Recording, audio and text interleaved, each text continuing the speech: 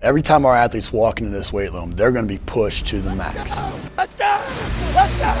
The barbell hasn't changed in over 100 years. I can take a 25-pound plate and we'll go out on the turf and I'll have you hating life. We talk about straining your gut, pushing past that comfort level. I want a lot of energy. What better breeding ground is there for being a success in life than the weight room?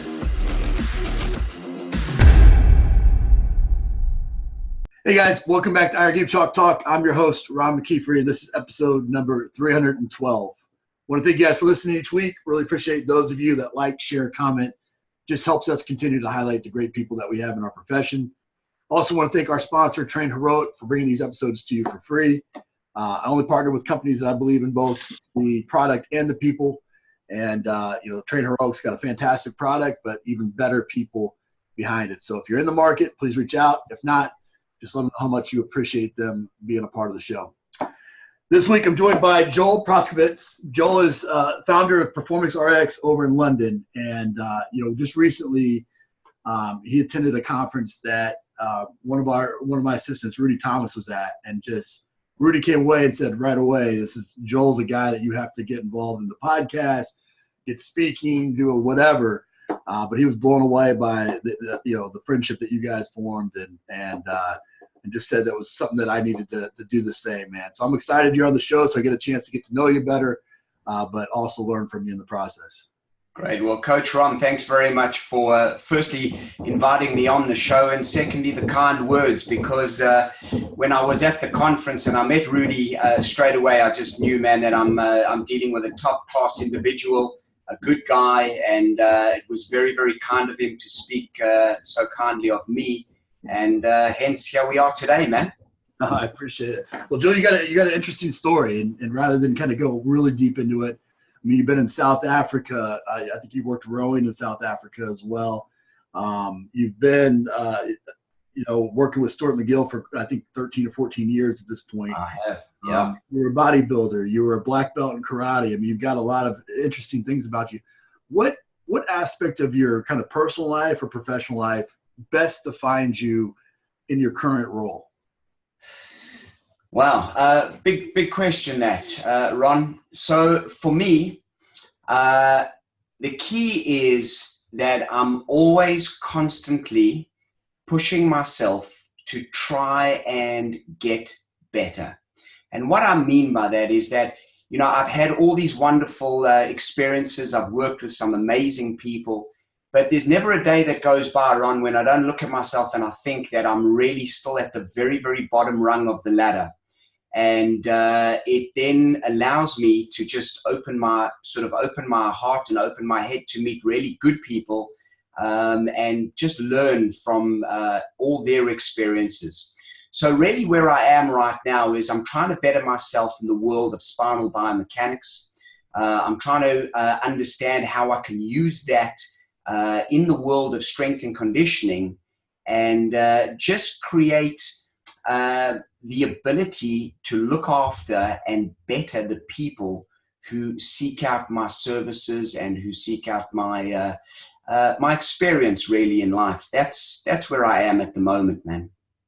Yeah, I think so much to unpack there. I mean, I think obviously I'm sure there's a story behind why the spine or why back in general was an area of interest to you. But before we dig into that, I always like to define some of the trials and tribulations that we've gone through, or the problems that we faced, and things that I think being vulnerable and sharing those things helps coaches help to avoid some of those mistakes that guys that have been in it for a while, like we have done. So what's one of the biggest mistakes you've made in the area of human performance, and how you've learned from it? Oh, again, another great question. Probably one of the biggest mistakes was that, plain and simple, man, I thought I knew it all.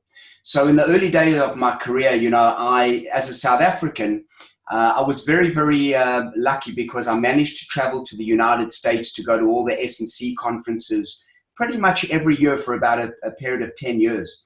And in South Africa, there was very little competition in the world of personal training and strength and conditioning when I originally got into it. So straight away, after one or two trips to the US, I truly thought that I knew it all. Sure. And then I got to meet some people that had a lot of experience under their belt, Ron.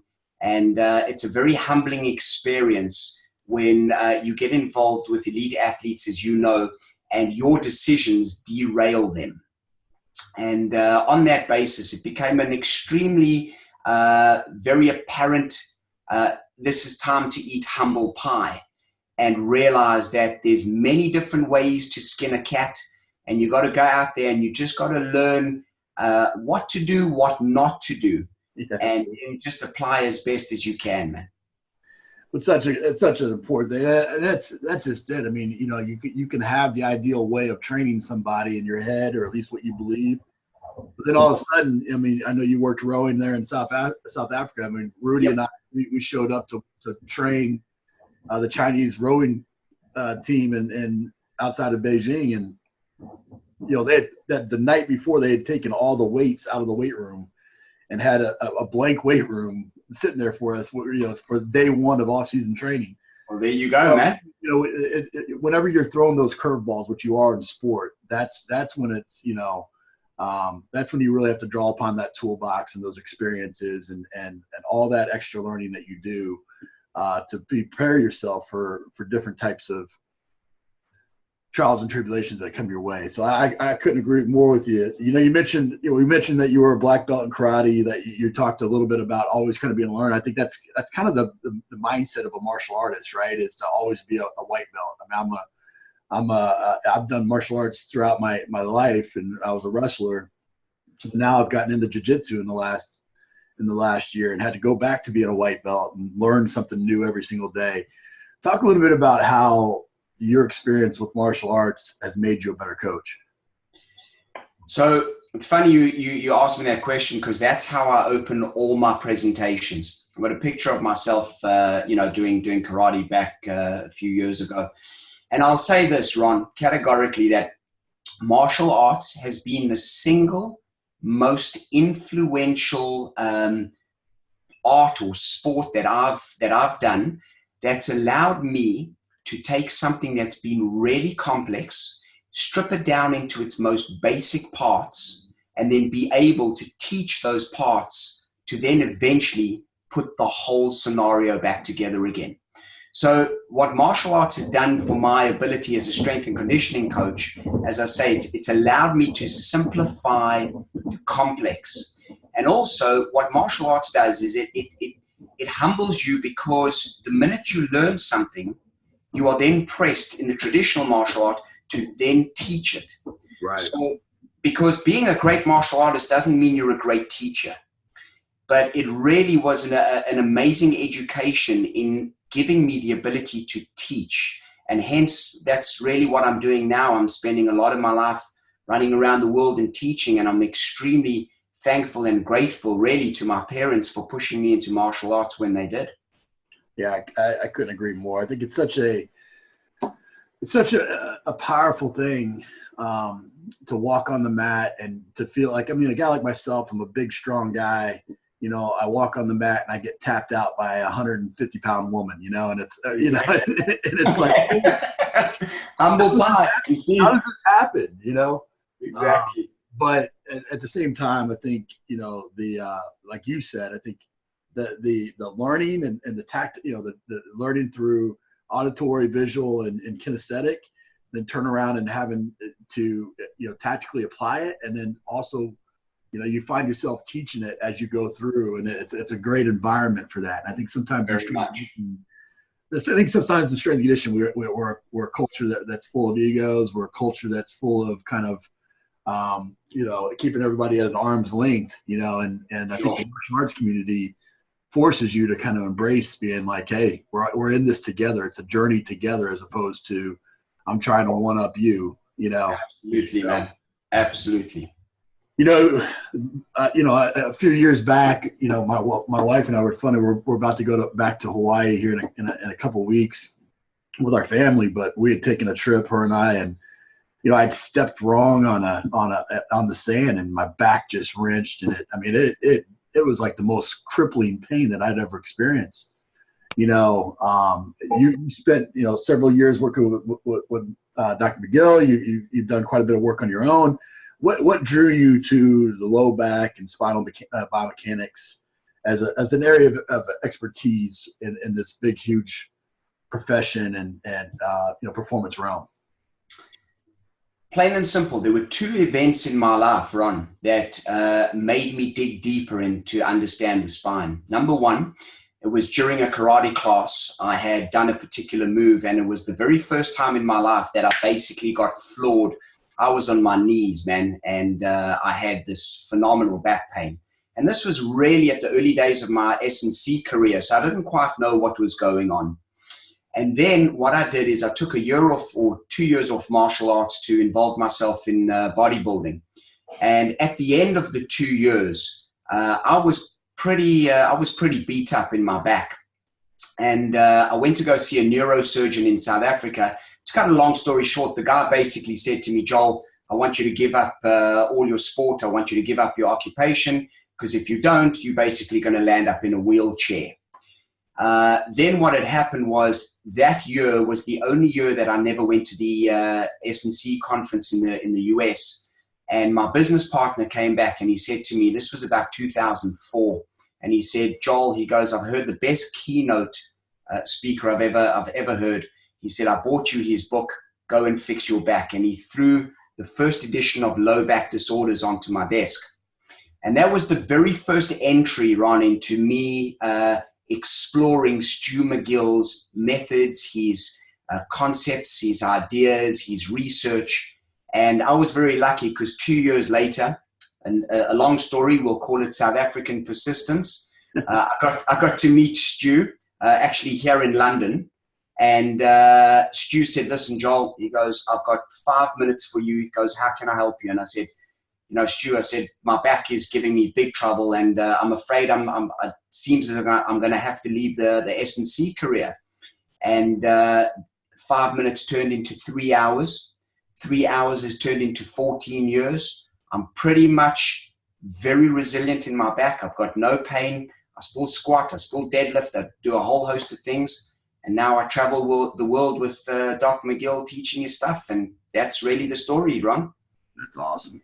There's always I think anything, when the strength and conditioning, why I became a strength and conditioning coach, or why you kind of niched down into a specific area of expertise. I think it always comes back to some sort of event in your life that puts you down that road. And absolutely, everybody has their own motivations for different things. And I think when you sit back and you really you start to see these experts, I think that's the question that you got to get to as to why they're passionate about what they are. But you're obviously passionate about it. I mean, you look at sports like powerlifting, where, I mean, to the traditional eye, to the untrained eye, I mean, the biomechanics of that just look awful for the back, right? Or you look at, you walk into any kind of primary school or college and you see lifting and you have to cringe about biomechanics, but everybody's biomechanics are a little bit different.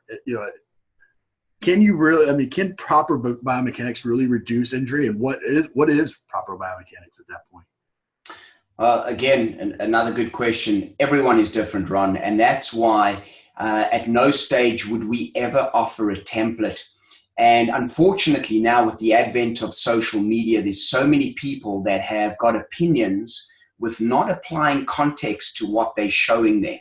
Right. So with regards, you'll get a lot of people saying that, take a look at that particular powerlifter on social media. He's lifting with a flexed spine, and he holds the world record, and therefore that lifting with a flexed spine is not going to do any damage. Well, firstly, you need to look at that, and you need to understand the mechanics.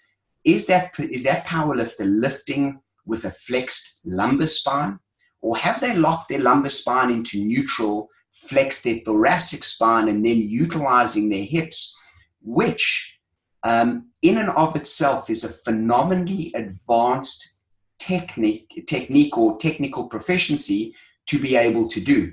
Right. So the thing is that there's many people, Ron, that can get away with flexing their lumbar spine under load and going many, many years without actually having any type of issue or any type of problem. And then what is seemingly the most mundane movement, bending over and maybe tying their shoes, bam, their back goes. Right. So the whole thing is this, is that we really want to keep people within the envelope of safety. And, you know, if you look at Dr. McGill's work, he's turned around and he said, right, to keep people in the envelope of safety, if you're going to be under any type of load, it's going to be the wisest choice to maintain an element of a neutral spine whereby you can maintain high levels of muscle contraction to buttress against certain forces and shear forces in the spine. However, we all know something, that the cost of doing business, if you're a powerlifter or a heavy athlete, is the world of chaos and not being able to maintain certain things throughout your lifting career. So the essential, the point I'm trying to make is that it changes for everyone, Ron. And there's no blanket statement that can definitively say that, you know, lifting this way is better than lifting that way, because we need to see the person. We need to understand their lifestyle. We need to understand their history. How advanced are they? Do they have the neurology to do certain things under load that maybe your young 17-year-old lifter just doesn't have? So there's so many things to take into consideration. But the people who I deal with, I generally want to make sure that I keep them within a really high margin of safety, Ron.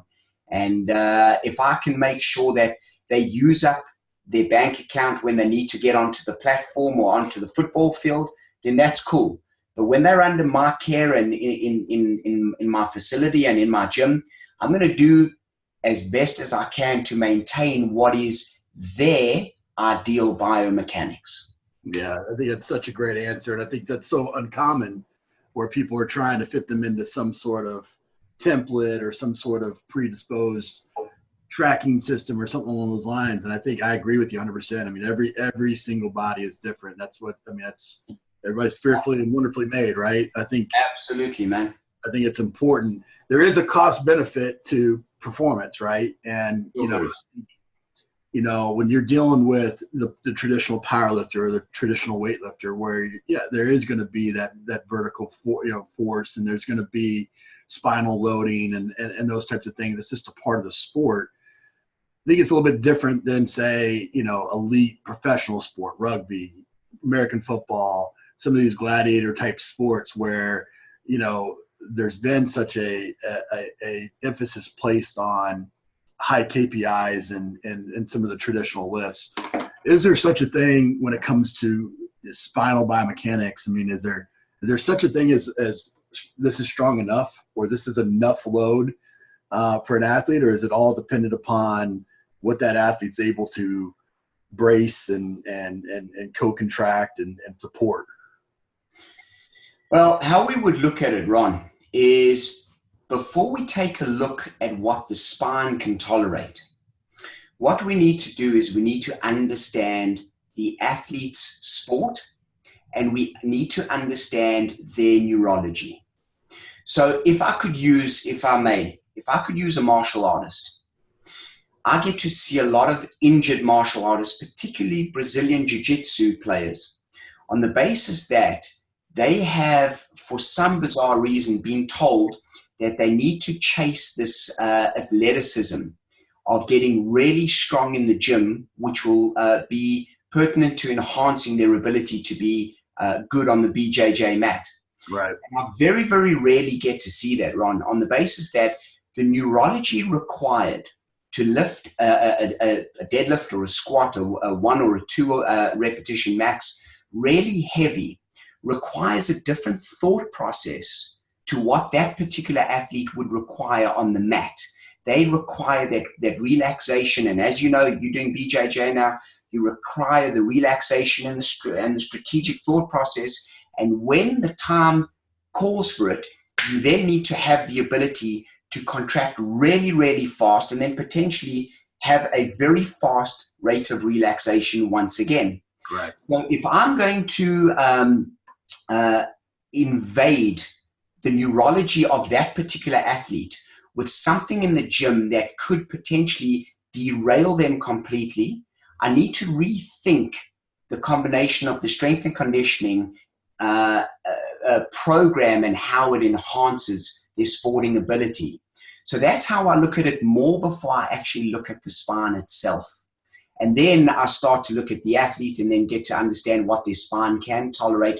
And that comes from a very, very comprehensive biomechanical assessment that Dr. McGill has put together. So we test their compression ability. We test to see actually if bracing strategy amplifies their pain or actually lessens their pain. Because in a lot of big athletes, a lot of strong athletes, when they brace, they take it to the absolute end, or the nth degree. And that bracing strategy can be something that really amplifies their pain triggers. So really at the end of the day, Ron, quite simply, you've got to look at the car, you've got to understand the race that it needs to run. And as the mechanic, you then need to fine tune the car specifically for that race. It's the best way that I can put it across, man. Yeah, I think it is. I think everybody's unique, and I think that applies across the board. With what you mentioned there, I mean, obviously, if you're a strength and conditioning coach at a professional team or a collegiate team, you almost serve as a kind of a triage nurse to kind of get between them to get to somebody like yourself or Stuart or a physical therapist or whatever it may be. What are some things to kind of triage to kind of communicate with an athlete on how to prevent it from getting to the point where they're having to go to a specialist if you're a strength and conditioning coach? Strength and conditioning coaches with professional teams, I believe, have a very, very difficult job. And I hold you guys in great respect. I really do, because you having to deal, you've been pulled in so many different directions, between your athletes, between the skills coaches and the rest of the team. And the best thing that I can say, at least in my mind, is as a strength and conditioning coach dealing with professional athletes, I think one of the major aspects of that job is to have the ability to protect the athlete from themselves. Right. And that's a really, really difficult thing to do. But if a strength and conditioning coach can sort of buy into the athlete's hopes and dreams, and the athlete has that sort of good rapport with the strength and conditioning coach, I think really at the end of the day, the strength and conditioning coach has a phenomenal amount of power to at least assist the athlete with protecting themselves and allowing them the longevity of their career so that they can get on the field and do what they need to do. As they always say, Ron, right, you want to be a better runner, go and run, man. Right. And I think at the end of the day, I've been an S&C coach for some high-level athletes, and really at the end of the day, I was there just to protect them and make sure that they were never taking themselves over their tipping point in the gym. I never wanted them to leave their best in the gym. They needed to empty their gas tanks either in the rowing boat or on the field, man. And that's really important.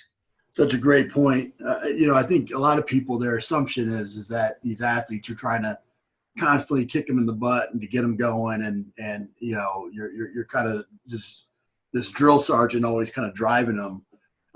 The reality is that when you're dealing with elite athletes, that's more often the case, is where you're trying to manage them to pull them back because they're such elite performers. They're such go-getters. Absolutely, man. It's such a delicate balance, because you don't want to be the guy or gal that says, that's like, slowing them down, because in their mind that more is better. But you're having to take the complex and explain it to them in a simple way. For them to understand that more is not always better. So I agree with that 100%. Good man. What do you think, just kind of to wrap this up in a bow, what is the number one piece of advice that you would have for the strength and conditioning coach, of things that maybe you're seeing, that you walk into a gym and you just kind of cringe and you're just kind of like, this is, why are we doing this? From my experience, slow down. That's my number one piece of advice. Slow down, take a step back, and just survey the land, survey the athletes, get to understand who and what you're dealing with. If I can use the term, it's like a bull in a china shop. Yeah. I think a lot of guys in our industry, as you say, they want to go out there and they just want to push their athletes. They want to be the guy that is known for taking the athletes, to the championship game and everything else. I think in today's world, slowing down, and just because there's so much information, but that information doesn't translate to knowledge, Ron.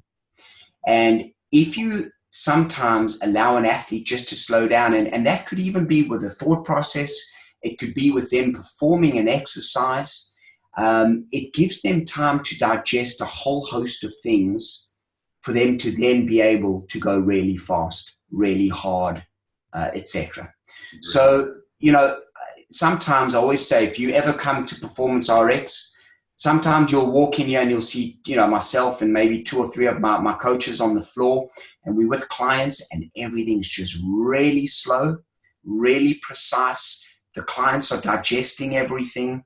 And at the end of the day, they walk out of here not losing their session, but actually walking out winning. And for me, I just want every session to be won. And that doesn't mean me pushing them to the absolute end of the range, man. Agreed. Well, we end the show with some resources here. What's the best piece of coaching advice you ever received? The best piece of coaching advice I ever received. I've got to think about this one, Ron, if that's okay. Probably when my business partner in South Africa, who was actually the very first official strength and conditioning coach in South Africa, he said to me once, Joel, I hear a doggy there, man. I got 2 big Dobermans running around the. Beautiful. Here.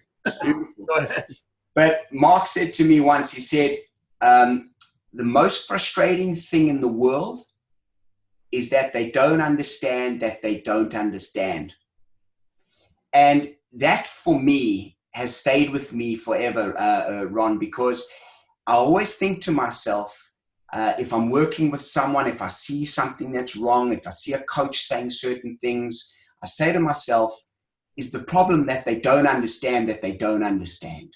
Yeah. Sometimes we need to, as I say, take a step back and just re-engineer a thought process a little bit, and then decide from there if what we're doing is correct, or maybe we need to go another direction. Yeah, absolutely. It's kind of like that cartoon where you're looking at, one guy's on one side of a 6 and the other guy's on the other side of a 9, and they keep saying that they're seeing a 6 or a 9, right? And they're both exactly, man. What about a book, app, website recommendation? Well, a book, probably one of the most, I've read many influential books, but the one that stands out for me that comes back over and over again is something called The Man's Search for Meaning by Dr. Viktor Frankl. I'm sure most coaches have heard about it, but if you haven't, that is a book that really, truly changed my thought process in my life. And so Viktor Frankl was a survivor of the Holocaust. And he went on to form a type of psychotherapy called logotherapy, where essentially he wanted to empower his patients so that they could look after themselves and not rely on him as the therapist. Right. But if I may, just very, very quickly, there was something he turned around in the book which applies to the athletic career and S&C coaches. He turned around and he said the biggest problem that he found with young men coming to see him that had sort of lost their way in life was that they had something that he termed hyper-intention. So their intention to hit their mark was so great that they were inevitably always missing the mark. And he said when he put everything into perspective for them and pulled them back and slowed them down and reduced that hyper intention, right, they always then were on the road to achieving their goal.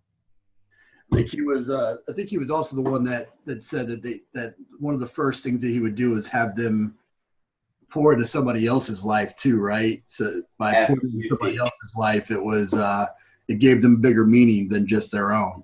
Yeah, absolutely, man. Look, any apps, websites? Before I do, Ron, and I've just got a delivery from Amazon, so I can shout out for this, man. Okay, so that's my next read. That is nowhere near a man's search for meaning. Don't worry, my next read. I appreciate that. Thanks so much. Yeah, app or website? So an app. The only app I really use. I'm not big on technology, man. The only app I use is Sleep Cycle. Yep. So I know it's quite a popular app, and just for me, that's more than enough data that I need in my life. And I just think again with guys like Matthew Walker talking about sleep and the importance of sleep, for me that's my number one thing. Websites, there's a whole host of websites. I'm obviously going to give Dr. McGill's website a plug here, which is backfitpro.com. He's got a lot of information there. He's put on all his resources. You've got access to his books, and really that's I try my hardest not to spend too much time with technology. So I'm doing my stuff and putting my head into pen and paper, man. That's the way to do it. Well, I know, you teach quite a few courses for Dr. McGill, but you also have some of your own courses, and then obviously a thriving business in London. Where can people follow you, reach out to you, find more information? Sure. So even though I said I'm not big on technology, naturally, like everyone else in the world today, I'm on Instagram, which is Perform, that's PerformanceRx. And you can find me at performancerx.co.uk. Got all my contact details there. So those are probably the two best places to find me. And also, if everyone's lost, you can get me on backfitpro.com. I'm on there as an instructor and part of Backfitpro. It's awesome. Well, man, this has been great. And like I said, I mean, what I love about these podcasts is it's such a great opportunity just for people to learn and get some insight and be a fly on the wall, of two coaches talking, but also it gives me an opportunity to start a friendship and start a conversation and a relationship, man. And I can see why Rudy wanted to connect us very easily, and I'm looking forward to coming over and spending some time the next time I'm over in London and hanging out with you a little bit. Thanks, Ron, and thank you very much for having me on here. It's always, as I always say, there's so many great coaches and people in the industry out there. So when I get picked to come and share my experiences, I'm extremely grateful and extremely humbled. And also, I must echo your sentiment. It's fantastic to start new friendships. And thank you very much. And I hope all your listeners got at least one or two little bits of insight into how I live my life, and it's useful for them. So thank you very much.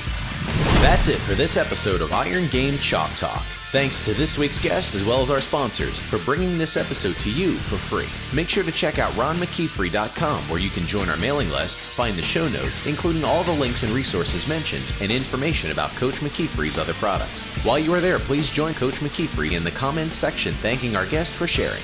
If you haven't subscribed to Iron Game Chalk Talk on YouTube or iTunes yet, make sure to do so. Comments, ratings, and reviews are always welcome. Coach McKeefery can be found on Twitter at @RMcKeefery, on Facebook and YouTube at /Ron.McKeefery. That's it for this week. Be sure to check back next week for another great episode of Iron Game Chalk Talk.